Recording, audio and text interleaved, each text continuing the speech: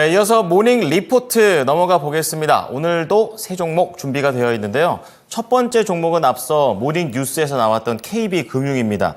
목표가 상향 조정돼 있고 어제는 그룹주인 KB손해보험도 호실적을 냈었기 때문에 이러한 긍정적인 분위기가 계속 이어지고 있습니다. 어제 KB금융은 시간 외에서도 매력적인 움직임을 보였으니까 잠시 후에 좀 들어보시고요.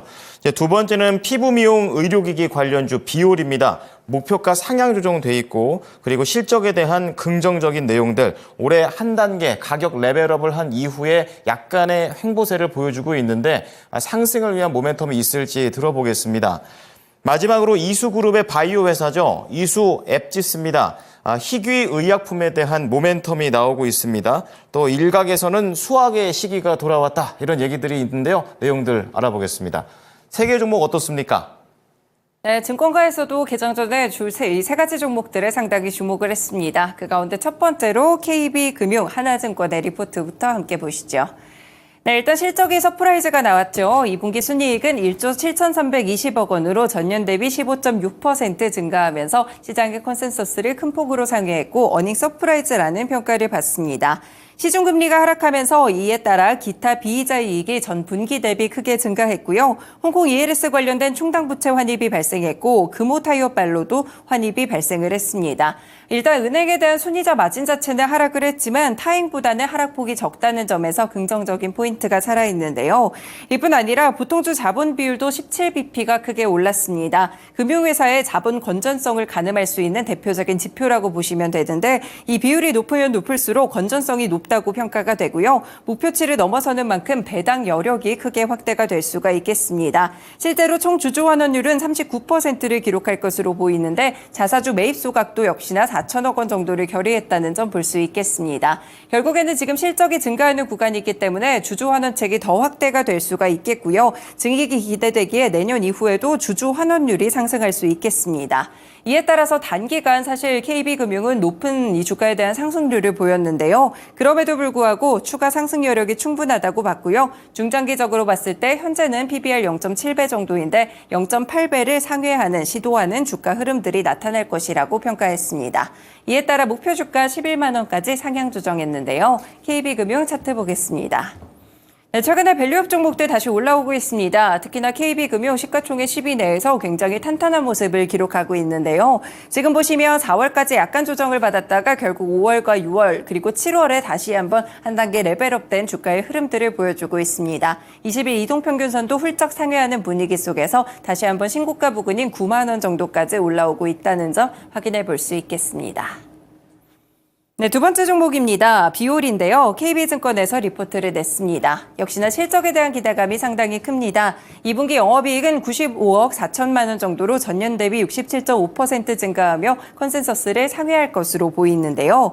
일단 ITC 제소로 인해서 2분기에 약 30억 원에서 35억 원대 정도의 합의금 수령이 예상되고 있습니다. 또한 일부 건에서는 연간 로열티 형태로 수치가 예상되기 때문에 일회성 수익에 국한된다. 이런 논란은 굉장히 불필요하다라고 리포트 에서는 분석했는데요. 1분기 말에는 중국 국가약품감독관리국에서 실펌 X에 대한 승인을 받았는데 여기에 대한 매출도 본격적으로 발생하고 있습니다. 스칼렛과 결합한 스칼렛과 실펌 X 제품의 출하 속도가 하반기로 갈수록 가파르게 증가할 것이라고 봤는데요. 올해 그래서 약 45억 원 정도의 중국향 매출을 기록할 수 있다는 점에서 긍정적으로 보고 있습니다.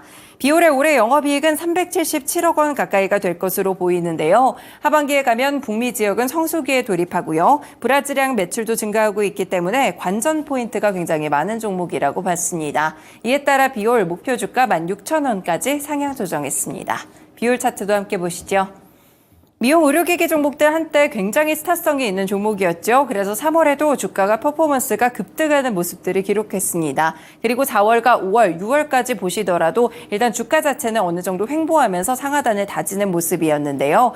현재 구간에서도 7월 들어서 약간의 퍼포먼스가 좀 나타나고는 있습니다. 어제 양봉을 세우기도 했었고요. 2분기 실적 기대감 있다는 종목이라는 점 소개해드립니다. 네, 마지막 종목으로 넘어가 보겠습니다. 바로 이수앱지스입니다. 상상인증권 리포트 나와 있고요. 희귀의약품의 수출이 증가하면서 흑자 경영이 정책되고 있습니다. 2분기 영업이익은 41억 원이 추정되고 있는데 수익성 개선 모습이 상당히 뚜렷하죠. 항체치료제 에브서틴을 중심으로 매출이 발생하고 있고요. 특히나 원가율이 개선되고 R&D 비용이 감소하고 있는 모습입니다. 이 두 가지 주력 제품이 있는데 바로 에브서틴 그리고 파바가리입니다. 둘 다 수출이 좀 잘 되고 있고 하반기에 더 증가할 수 있을 것이라고 보고 있는데요. 먼저 에브서틴은 이라크향 수출이 하반기로 이연되면서 2분기에는 매출이 살짝 감소할 것으로 보입니다. 하지만 올해 알제리 국가 입찰을 받을 예정인데 기존 입찰 금액을 포함해서 200억 원이 초과될 예정이고요. 앞으로는 이란과 대만향 수출까지 기대해 볼 수 있겠습니다.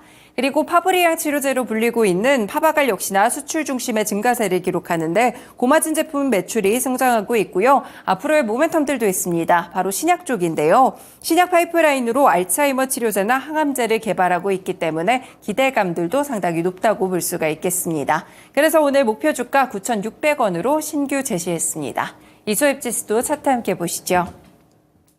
네, 지금 보시면요. 한 단계 올라온 지점 속에서 4월과 5월, 6월까지 좀 버티는 모습을 주다가 7월에 약간 거래량이 동반되며 하락하는 모습이 있었는데요. 하지만 크게 밀리지 않고 다시 한번 하단을 잡고 위쪽으로 올라가고 있는 종목입니다. 하반기에 수출 증가에 대한 모멘텀이 있다는 점 기억해 보시면 좋을 것 같습니다. 이렇게 개장 전에 중요한 리포트들 3가지 함께 분석해 드렸습니다. 지금까지 모닝 리포트였습니다.